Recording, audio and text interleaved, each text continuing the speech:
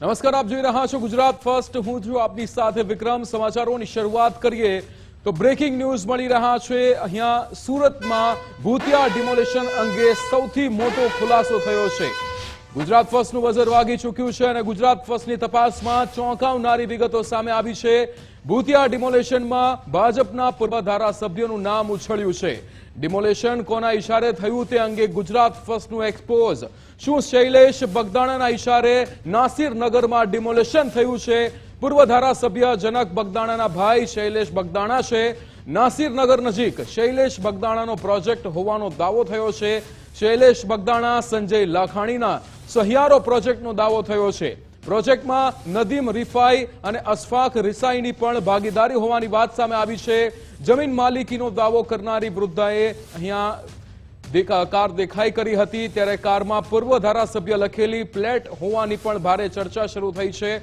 આ કારમાં તે સમયે કોણ કોણ સવાર હતું તે અહીંયા રહસ્ય ઘૂંટાયું છે. ત્યારે એક તરફ તપાસનું નાટક, બીજી તરફ ડેમેજ કંટ્રોલનો પ્રયાસ. ગુજરાત ફર્સ્ટે પ્રથમ દિવસથી જ સૌરાષ્ટ્ર કનેક્શનનો દાવો કર્યો હતો. સૌરાષ્ટ્ર લોબીના કનેક્શનની સૂત્રો તરફથી માહિતી મેળવી હતી. ત્યારે આવનારા સમયમાં ગુજરાત ફર્સ્ટ વધુ ખુલાસા કરતું રહેશે. અહીંયા આજે આ સૌથી મોટો ખુલાસો. ધર્મેશ વાદ્ય આપણી સાથે લાઈવ જોડાઈ ગયા છે. ધર્મેશ, અહીંયા જે નામ સામે આવી રહ્યા છે, શૈલેષ બગદાણાના ઇશારે નાસિરનગરની અંદર ડિમોલેશન થયું છે કે કેમ, તેવા પણ અહીંયા ખુલાસા થયા છે. ત્યારે આ જે સહિયારો પ્રોજેક્ટ હોવાનો પણ દાવો કરવામાં આવી રહ્યો છે. અગાઉથી જ ગુજરાત ફર્સ્ટ અહીંયા કહેતું આવ્યું છે કે અહીંયા સૌરાષ્ટ્ર કનેક્શનનો દાવો આપણે અગાઉ પણ કર્યો હતો, સૌરાષ્ટ્ર લોબીના કનેક્શનનો. વિક્રમ, નાસિરનગરના ભૂતિયા ડિમોલેશનમાં દરરોજ નવા નવા વળાંકો અને રહસ્યમય વાતો બહાર આવે છે. પણ ગઈકાલે સાંજથી જે વાત આવી હતી કે પૂર્વ ધારાસભ્યની કાર જે વૃદ્ધાએ પોતે જમીન માલિકીનો દાવો કર્યો છે તેના ઘર આસપાસ જોવામાં મળી હતી. આ કારમાં કોણ સવાર હતું એ પ્રશ્નો તો અટકળો હતા. દરમિયાન પૂર્વ એમએલએ જનક બગદાણા, જે સૌરાષ્ટ્ર કનેક્શન આપણે શરૂઆતથી જ કહેતા હતા કે એની ચર્ચા ઉઠી છે, તો સમગ્ર નાસિરનગરના ડિમોલેશનમાં અસલી કે નકલીની તપાસ તો ચાલે છે, પરંતુ દરરોજ નવી નવી વાત આવે છે. એમાં પૂર્વ એમએલએ ભાજપના જનક બગદાણાના ભાઈ શૈલેષ બગદાણા અને સંજય લાખાણી આ સહિતના પાર્ટનરશિપમાં જે એક આખો નાસિરનગરની બાજુમાં આખો એક પ્રોજેક્ટ થઈ રહ્યો હતો, એને લાભ આપવા માટે આખો ખેલ ખેલાયાની પણ ચર્ચા ભારે તેજ સુરત અને આખા ગુજરાતમાં બની રહી છે. વિચાર કરો કે સતત છેલ્લા 13 કે 14 દિવસથી આ વિવાદ ચાલ્યો છે. હજી સુધી કોઈ સામે પગલાં નથી ભરાયા. તપાસ સમિતિ નિમી, એ તપાસ સમિતિમાં માત્ર જે કાર્યપાલક ઇજનેરો એ લોકલ છે. વિનુ મોરડિયા, જે ભાજપના ધારાસભ્ય છે, એ કહી રહ્યા છે કે મને ઉચ્ચ સ્તરીય ગાંધીનગરની કોઈ સમિતિ તપાસ કરે, એને બદલે અત્યારે જે નામ અને ચોંકાવનારી વાત બહાર આવી છે કે ભાજપના પૂર્વ એમએલએ જનક બગદાણાના ભાઈ શૈલેષ બગદાણા અને સંજય લાખાણી, આ તમામનો એક પ્રોજેક્ટ નાસિરનગરની બાજુમાં હોય અને શંકાની સોય એ તરફ પણ જઈ રહી છે. જોકે હજી તપાસમાં ઘણા બધા મોટા રહસ્યો બહાર આવશે જ, પરંતુ એ પહેલા આગામી 24-48 કલાકમાં અનેક વિગતો બહાર આવનાર છે. કેટલાક પગલાં લેવાય એવા સંકેતો પણ મળી રહ્યા છે. મહત્વની વાત એ છે કે લાંબા સમય પછી સુરત જે મ્યુનિસિપલ કમિશનર છે એ આવ્યા, પરંતુ પત્રકારોને અંદર જવા ન દીધા અને પત્રકારો સાથે જે મારપીટ કરાઈ છે એ સુરક્ષા કર્મીઓના જે માર્શલો હોય, આ તમામ અત્યારે વિરોધ વચ્ચે આ આખો જે હાઈ પ્રોફાઇલ કેસ કહેવાય છે, નાસિરનગરમાં કોના કહેવાથી ડિમોલેશન થયું હતું અને એમાં જે જમીનની માલિકી જે દાવો કરી રહ્યા છે બેનને ત્યાં, વૃદ્ધાને ત્યાં જે કાર છે પૂર્વ એમએલએ લખેલી કાર, એ કારમાં કોણ કોણ ગયું હતું અને આ જે નાસિરનગરની બાજુમાં જનક બગદાણાના ભાઈ શૈલેષ બગદાણા અને સંજય લાખાણી, આ તમામના પ્રોજેક્ટ, એમાં જે ભાગીદાર છે પાર્ટનર, એમાં એકને ખાલી કરવાની જવાબદારી પણ સોંપાઈ હોવાની ચર્ચા સુરતમાં સંભળાઈ રહી છે. જોવાનું એ છે કે આગામી 24-48 કલાકમાં મહત્વના પગલાં પણ આવી રહ્યા છે. પણ અત્યારે એક સૌરાષ્ટ્રનું કનેક્શન ગુજરાત ફર્સ્ટ અગાઉ કહેતું હતું એ મુજબ જે કાર દેખાય છે એમાં કાર જેને કહેવાય છે એમાં, અને જે પ્રોજેક્ટ નાસિરનગરમાં કહી શકાય એ શૈલેષ બગદાણાનો છે, સંજય લાખાણીનો છે. તો એમને મિલાપીપણાથી આ થયું છે. આ તમામ તપાસ સમિતિ તપાસ કરે એ પહેલા ચર્ચામાં વાત આવી છે. જી બિલકુલ ધર્મેશ, સમગ્ર માહિતી સાથે જોડાવા બદલ આપનો આભાર. ત્યારે ડિમોલેશનને લઈને સુરત પાલિકા કચેરીમાં હંગામો થયો હતો. સાઉથ ઝોનની કચેરીમાં અધિકારીઓએ દાદાગીરી કરી હતી. મીડિયાકર્મી અને સુરક્ષાકર્મી વચ્ચે ઝપાઝપી થઈ હતી. બેઠક રૂમમાં મીડિયાનો પ્રવેશ અટકાવવા દાદાગીરી કરી હતી. મીડિયાને દૂર રાખવા માર્શલ અને પોલીસ કર્મીએ આગળ કર્યા હતા. ત્યારે સુરક્ષા કર્મચારીઓએ મીડિયાકર્મીઓ સાથે ગેરવર્તણૂક કરી હતી. કેટલાક મીડિયાકર્મીઓને ધક્કા મારી ગુંડાગર્દી પણ કરી હતી. ધક્કા મુક્કીમાં ગુજરાત ફર્સ્ટના કેમેરામેન ઇજાગ્રસ્ત થયા હતા. ઝપાઝપી મુદ્દે અધિકારીઓ અને સત્તાધીશોનું મૌન છે. જોવા મળી રહ્યા છે જે કોલર પકડવામાં આવી રહ્યા છે. ઘર્ષણની સ્થિતિ હાલ સર્જાઈ રહી છે. સુરત મહાનગરપાલિકામાં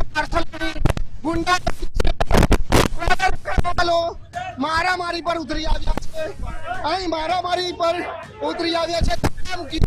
ના દ્રશ્યો હાલ જોવા મળી રહ્યા છે જે કોલર પકડવામાં આવી રહ્યા છે. ઘર્ષણની સ્થિતિ હાલ સર્જાઈ રહી છે જોવા મળી છે. આ માર્શલ નહીં પરંતુ પ્રકારનું વર્તન આજે સુરત મહાનગરપાલિકા કચેરીમાં ફોજ ઉતારી દેવામાં આવી છે. આખી ફોજ ઉતારી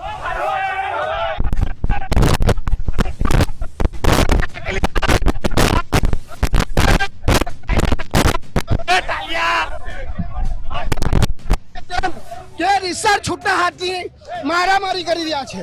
છૂટા હાથથી મારામારી અહીં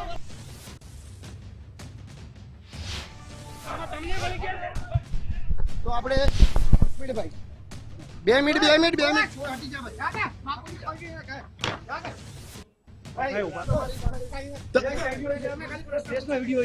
તમારા પ્રેસના જ વિડીયો હશે ભાઈ. મેં પુરાવા થોડી ભેગા કરવા બેસેલો જ. મને ત્યારે ભૂતિયા ડિમોલેશન મુદ્દે કમિશનરની પ્રેસ કોન્ફરન્સ. કમિશનર એમ નાગરાજને પ્રેસ કોન્ફરન્સ યોજી હતી. પત્રકાર પરિષદમાં તપાસની વાર્તા કરી હતી. ડિમોલેશન કોણે કર્યું તેના પર કમિશનરનું મૌન. ત્યારે ભૂતિયા ડિમોલેશનની વ્યાખ્યા શું છે તેવું કમિશનર પ્રેસ કોન્ફરન્સમાં મીડિયા કર્મીઓને પૂછતા જોવા મળ્યા. આખી પ્રેસ કોન્ફરન્સની અંદર તપાસનું જ રટણ રટતા જોવા મળ્યા હતા કમિશનર. કાશીનગરમાં અમારા અધિકારી ગયા હતા.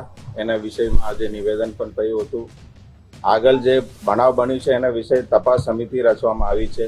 એ તપાસ સમિતિમાંથી જે પણ હશે એના મુજબ આપણે કામગીરી કરવાનું છે. અને અત્યારે શાંતિ તપાસનું વિષય છે તો આપણે એમાં અત્યારથી એક ડિસિઝન લેવું એ બરાબર નથી. આ ડિમોલિશન કોને કર્યું? ખાલી એક જ શબ્દમાં ડિમોલિશન કોને કર્યું? મને નથી ખબર. સર ડિમોલિશન થયું છે કે નહીં? ડિમોલિશન થયું છે કે નહીં?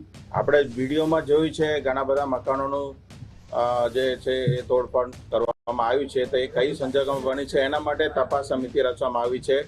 એટલે હું આપને વિનંતી કરું છું કે તપાસ સમિતિની રિપોર્ટ આવે ત્યાં સુધી થોડું શાંતિ પ્રક્રિયા કરવાનું હોય. અમે સરકારી કર્મચારી છીએ, નિયમોથી બંધાયેલા છીએ, તો અમારી પ્રોસેસ પ્રક્રિયામાં અમારે જવાનું હોય છે. ભૂતિયા ડેમોલિશનનું વ્યાખ્યા કોને ખબર નથી. અમે તો તપાસના વિષયમાં જે સાચું હકીકત આવશે રેકોર્ડ મુજબ આવશે મીડિયા સમક્ષ અમે રજૂ કરવાના છે. સુરતમાં પાલિકાના માર્શલોની ગુંડાગર્દી. મીડિયાકર્મીઓ જોડે માર્શલોએ ઘર્ષણ કર્યું હતું. ધક્કા મૂકી અને ટપલી દાવ માર્યો હતો. ત્યારે મીડિયાકર્મીઓને ધક્કા મારી ફેંકી દેવાયા હતા. સમગ્ર ઘટનાને લઈને કોંગ્રેસે પણ પ્રહાર કર્યા છે. મીડિયાકર્મીઓ પર હુમલાની ઘટનાને વખોડી છે. તેમણે કહ્યું છે કે મીડિયા પર હુમલાની ઘટના દુઃખદ અને શરમજનક. મીડિયા પર હુમલાની ઘટના સાંખે નહીં લેવાય. મેયર તાત્કાલિક મીડિયાની જાહેરમાં માફી માંગે તેવું પણ નિવેદન આપ્યું. મારા મિત્રો પર, મીડિયા મિત્રો પર જે માર્શલોએ હુમલો કર્યો છે એને સખત શબ્દોમાં હું વખોડું છું. અને આ મીડિયા મિત્રો પર આવી કોર્પોરેશનના કોઈ પણ અધિકારી કે માર્શલની લુખ્ખાગીરી, ગુંડાગીરી કોઈ પણ સંજોગોમાં ચલવી લેવામાં આવશે નહીં. મહાનગરપાલિકાના કમિશનરશ્રીને હું અપીલ કરું છું કે મીડિયા મિત્રોની જાહેરમાં માફી માંગવી જોઈએ. એમની સાથે જે ગેરવર્તન થયું છે, દુર્વ્યવહાર થયો છે, એમની ઉપર જે હિંસક હુમલો કરવામાં આવ્યો છે એ બદલ મહાનગરપાલિકાના મ્યુનિસિપલ કમિશનર અને સુરત મહાનગરપાલિકાના મેયર શ્રીમતી માયાબેન માવાણી જાહેરમાં માફી માંગવી જોઈએ મીડિયા મિત્રોથી. ત્યારે સુરત નકલી ડિમોલેશનનો મુદ્દો ગરમાયો છે. હિન્દુ નેતા કાજલ હિન્દુસ્તાનીએ ધારાસભ્ય પર પ્રહાર કર્યા હતા. કાજલ હિન્દુસ્તાનીએ વિનુભાઈ મોરડિયા પર પ્રહાર કર્યા હતા. વિનુભાઈ મોરડિયા અને જમીન માલિક વૃદ્ધાનો વિડીયો પોસ્ટ કર્યો હતો. ધારાસભ્ય વિનુ મોરડિયા ઘૂસણખોરોના સમર્થનમાં આવ્યા છે તેવું પણ લખ્યું હતું. સુરતમાં ઘૂસણખોરોના ગેરકાયદે બાંધકામ તોડી પડાયા છે. બુલડોઝર એક્શન કરનાર અધિકારી પર કાર્યવાહીની માંગ કરી છે. ડિમોલેશન કરનારા અધિકારીઓની તરફેણમાં આવ્યા કાજલ હિન્દુસ્તાની. ત્યારે કાજલ હિન્દુસ્તાનીએ ડિમોલેશનને યોગ્ય ગણાવ્યું હતું.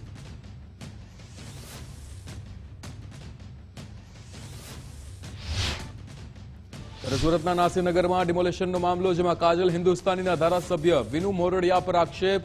ઘૂસણખોરોને સપોર્ટ કરતા હોવાના આક્ષેપ કરાયા હતા. કાજલબેનના આક્ષેપ પર વિનુ મોરડિયાનું પણ નિવેદન સામે આવ્યું. તેમણે કહ્યું કે હિન્દુત્વમાં સવાલ કરે, અમે જવાની આમાં પૂરી કરી છે. બેનને જેણે બ્રીફ કર્યું છે તેને મારાથી તકલીફ હોઈ શકે છે. કાજલબેન સાથે લડવાનો મારે કોઈ પ્રશ્ન નથી. બેનને જે લાગ્યું તે કીધું, તેનાથી મને કોઈ તકલીફ નથી. જેના રોટલા શેકાતા નથી તે લોકો આવા બ્રીફિંગ કરતા હોય છે. યુદ્ધના મુદ્દા પર કોઈ પ્રશ્ન મને કરે તો મને લાગે છે કે અમે અમારી જુવાની આમાં અમે ખતમ કરી છે. અહીંયા આ લડત માટે એમ જ કરી છે. પણ ઠીક છે, બેનનો મને નથી કોઈ વાંક લાગતો, પણ એમને જે લોકોએ બ્રીફ કર્યું છે અને એ બ્રીફ કરવાવાળાને કંઈક મારી હારે તકલીફ છે એટલે આવું કહેતા હોય એવું લાગે છે. બાકી તમે જાણો છો કે એક પણ જગ્યાએ મેં કોઈ ઘૂસપેટિયાની કરી, પણ એ ઘૂસપેટિયાને સાવરે છે એવું ખેંચાવા કોઈ આમાં લડવાનો કોઈ પ્રશ્ન નથી. આમાં મારે શું કામ, એ બેન છે, એની સાથે લડવાનો મારો કોઈ પ્રશ્ન નથી. એ બેનને કદાચ કહેવું હોય તો એ કહી શકે.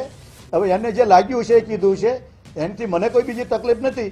હા, એટલું ચોક્કસ છે કે જ્યારે આટલા સમય સુધી આ સમાજ માટે જેણે સેવા કરી હોય એની પર ડાયરેક્ટ આવું બિનઅધિકૃત રીતે કહી દેવું કે ઘૂસપેટિયાને રક્ષણ આપે છે, એવું કતાર ગામની પ્રજા એની લોકો સમજે છે.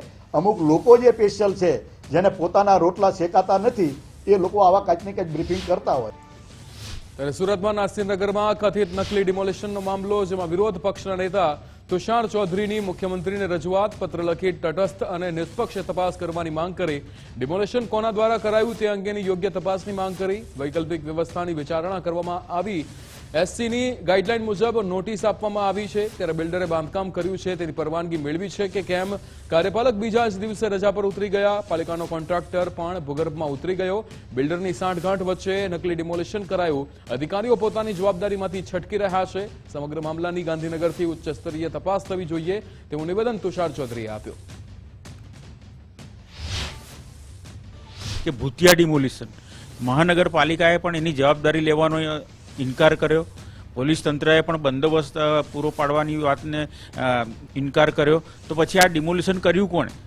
ડિમોલિશન કર્યું કોણે? તો પહેલાં તો એ તપાસ થવી જોઈએ કે આ ડિમોલિશન કોના ઇશારે થયું, કોની પરવાનગીથી થયું અને ખરેખર કોણે કર્યું છે. મહાનગરપાલિકાના કર્મચારીઓએ નથી કર્યું તો કોણે કર્યું છે એની તપાસ થવી જોઈએ. પ્રજા સમક્ષ એ સત્ય પણ બહાર આવવું જોઈએ.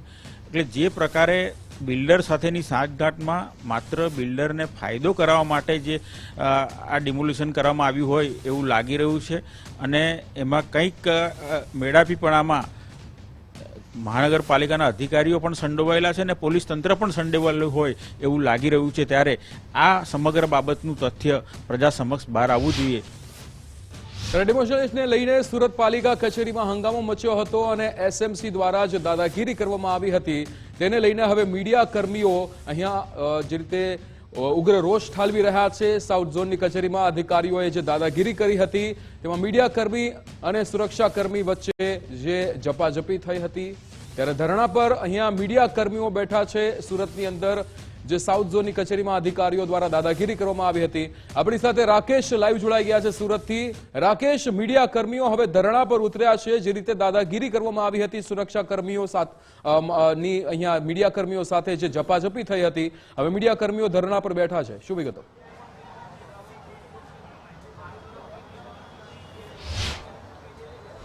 બિલકુલ સામાન્ય જનતાનો અવાજ બનતી આજે મીડિયાએ જાતે ન્યાય માટે છે તે સુરત મહાનગરપાલિકાની મુખ્ય કચેરી બહાર ધરણા કરવાની ફરજ પડી છે. જેની પાછળનું કારણ સુરત મહાનગરપાલિકાના જે ગુંડા માર્શલો જવાબદાર છે.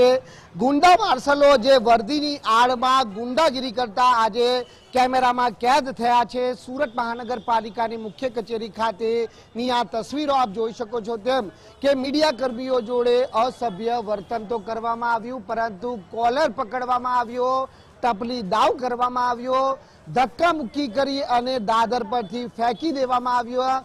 ત્યાં સુધી કે હાથમાં રહેલા દંડા વડે પણ હુમલો કરવાનો પ્રયત્ન કરવામાં આવ્યો, ત્યારે હાલ મીડિયા કર્મીઓને જે પોલીસના એસીપી પીઆઈ કક્ષાના અધિકારીઓ જ્યારે અહીં સ્થળ પર પહોંચ્યા છે ત્યારે સમજાવવાનો પ્રયત્ન પણ કરવામાં આવી રહ્યો છે. અહીં સિનિયર પત્રકાર આપણી જોડે જોડાયા છે, સીધી વાત કરીશું તેમના જોડે. કૌશિકભાઈ, કઈ રીતે પ્રતિક ધરના અને કઈ રીતે હવે ન્યાયની માંગ? ન્યાય અત્યાર સુધી તો આપણે વિપક્ષ સાથે શાસકોનું જે વર્તન જોતા હતા દમનકારી, આપણને એવું લાગતું હતું કે ના, એ કોઈ દમનકારી નીતિ ના હોય પરંતુ એક પ્રણાલીનો ભાગ હશે. પણ આજે જ્યારે અમારા પર એ દમનકારી નીતિ અપનાવી છે એ જોઈને અમે પણ ચકિત થઈ ગયા છે કે આ હવે સુરત પાલિકા લોકોની સેવા માટે છે, તેના બદલે એક પ્રાઇવેટ કંપની બની ગઈ હોય અને પ્રાઇવેટ કંપનીમાં કોઈ પણ બહારનું વ્યક્તિ અમારા ઉપર સવાલ કરશે એ ચલાવી નહીં લેવાય તેવી નીતિ પાલિકા કમિશનર અને અધિકારીઓ અપનાવી છે. તેમને જો સવાલ પૂછતો તો આ રીતે માર્શલો દ્વારા માર મારવામાં આવશે, ટીંગાટોળી કરવામાં આવશે અને વધુ પડશે તો તેમને પોલીસમાં ફરિયાદ કરીને ફસાવવામાં પણ આવશે. ત્યાં સુધીની આ લોકોની તૈયારીઓ છે. તો બિલકુલ પોલીસ પાસે પણ જવાનો પ્રયત્ન કરીશું કે પોલીસનું શું કહેવું છે, કારણ કે સર, મીડિયા કર્મીઓ જોડે ગેરવર્તન કેટલું યોગ્ય? એટલે કોના તરફથી ગેરવર્તન થયેલું છે? કોર્પોરેશન કચેરીમાં પાલિકાના માર્શલો મીડિયા કર્મી જોડે મારઝૂડ કરે છે, લાઠી ઉગામવાનો પ્રયાસ કરે છે, ધક્કા મારીને દાદર પરથી ફેંકી દે છે. એ વિડીયો જોઈને તપાસ કરશું અને તપાસ લાગશે તો એવું કાયદેસરની કાર્યવાહી કરશું અમે લોકો. બરાબર. હાલ મીડિયા કર્મીઓ પ્રતિક ધરના પર બેઠા છે. હવે આનો નિકાલ કરીશું કે નહીં કહીએ. બરાબર. બિલકુલ, આ હતા એસીપી આર.આર. આહિર કે જેઓ કહી રહ્યા છે કે યોગ્ય તપાસ કરવામાં આવશે અને જે કોઈ પણ કસૂરવાર હશે તેઓ સામે જે કાર્યવાહી છે તે કરવામાં આવશે. મનોજભાઈ, મીડિયા કર્મીઓ જોડે આ પ્રમાણેનું વર્તન કોર્પોરેશનની અંદર તપલી દાવ કરવામાં આવે છે, માર મારવામાં આવે છે, છતાં શાસકો આંખ આડા કાન કરે છે આ સમગ્ર ઘટના. પત્રકારો જોડે આ રીતે વર્તન નહીં થવું જોઈએ. સૌથી મોટું પત્રકાર ચોથી જાગીર છે. લોકોના પ્રશ્નો ઉઠાવે છે, લોકો માટે કામ કરે છે, પોતાના અંગત કશું એમનું હિત હોતું નથી.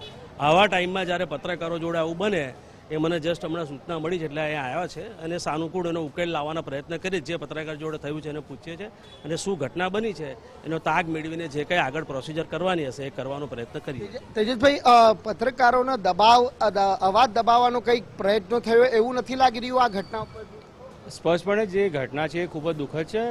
પત્રકારત્વ અને પત્રકારો એ દેશની ચોથી જાગીર છે ને હંમેશા લોકોના પ્રશ્નો ઉઠાવતી હોય છે અને એ જ મુદ્દે આજે પાલિકામાં કમિશનરને મળવા માટે આવ્યા હતા કે જે ઘટના બની છેલ્લા 12-13 દિવસથી જે રીતે ડિમોલિશનની આખી ઘટના બની છે અને એમાં જે રીતે 100 લોકો બેઘર થયા છે એની માહિતી લેવા માટે પત્રકારો અહીં આવ્યા હતા અને જે પત્રકારોએ જણાવ્યું કે જે રીતે એમની સાથે માર્શલ અને પોલીસ વિભાગના કર્મચારીઓ દ્વારા અણછાણતું વર્તન કરવામાં આવ્યું છે, એમની સાથે ધક્કામુક્કી કરવામાં આવી છે. દ્રશ્યોમાં સ્પષ્ટપણે દેખાઈ પણ રહ્યું છે કે લાઠી ઉઠાવીને તેમને મારવાનો પ્રયાસ પણ કરવામાં આવ્યો છે.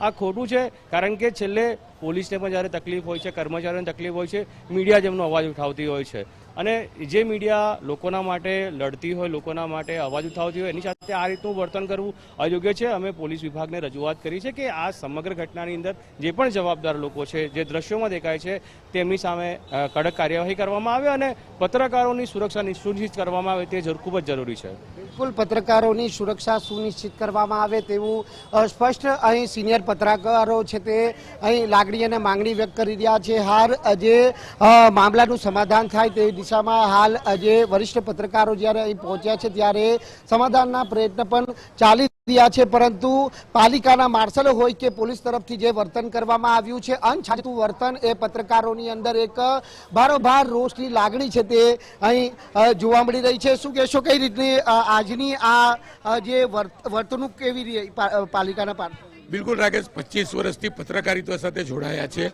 આજે નિત્યક્રમ પ્રમાણે આપણે તમામ મીડિયાકર્મી, તમારો સવાલ બી હતો મારો બી એક જ સવાલ હતો કે ડિમોલેશન કર્યું કોને? ભૂતિયા ડિમોલેશનની વાત છે.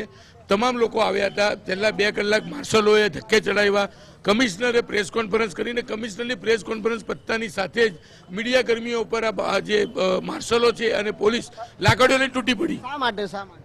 તમે સવાલ પૂછવા આવ્યા છે જે ડિમોલેશન થયું 15 દિવસથી આ ભૂતિયા ડિમોલેશનની વાત ચાલે છે. સવાલ એટલો જ હતો કે 15 દિવસ પહેલા એક અધિકારી એમ કહે છે કે ડિમોલેશન અમે નથી કર્યું અને આજે એક અધિકારી કે ડિમોલેશન અમે કર્યું. એટલે સાચું શું એ જાણવા માટે તમામ મીડિયા મિત્રો આવ્યા હતા. તમે બી એ સવાલ લઈને આવ્યા હતા, સવાલ લઈને હું આવ્યો હતો. તો બિલકુલ પ્રશ્ન પૂછવામાં આવશે તો તમારો અવાજ દબાવવામાં આવશે તેવી સ્થિતિ આજે પાલિકાની આ કચેરીમાં જોવા મળી છે. એટલે ક્યાંક ગુંડારાજ આ કોર્પોરેશનમાં આજે જોવા મળી રહ્યું છે, જે તસવીરો બતાવી રહી છે. જોવાનું એ રહેશે કે શું કાર્યવાહી આગામી દિવસોમાં આવા તત્વો સામે કરવામાં આવે છે. જી બિલકુલ રાકેશ, સમગ્ર માહિતી સાથે જોડાવા બદલ આપનો આભાર.